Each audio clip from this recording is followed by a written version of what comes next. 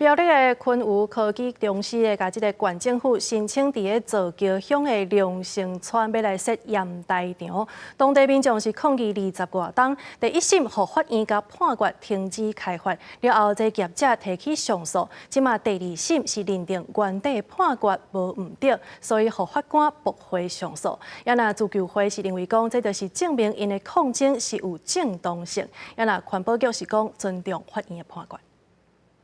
苗栗造桥的昆武验排场争议超过20天，居民认为县府失职放北，提起行政诉讼，要求下令昆武公司停止开发。台中高等行政法院一审判居民胜诉，不过昆武公司不服上诉。最高行政法院伫咧25驳回，维持原审判决定案。虽然科技公司认为它的这个开发的面积只有17958平方公尺，不过还要加上连外道路、水泥建物还有周遭土地地磅站等等，已经超过了2公顷以上。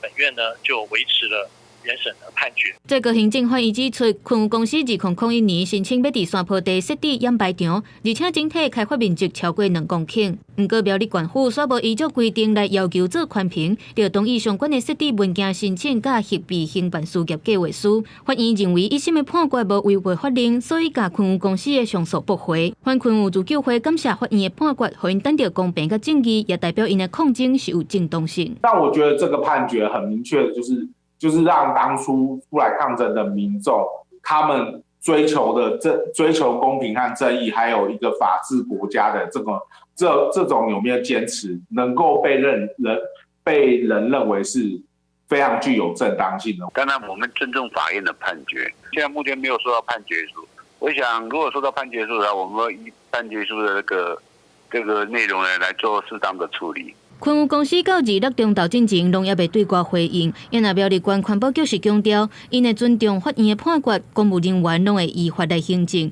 但若收到判决书了后，会依照判决的内容来办理。记者综合报道。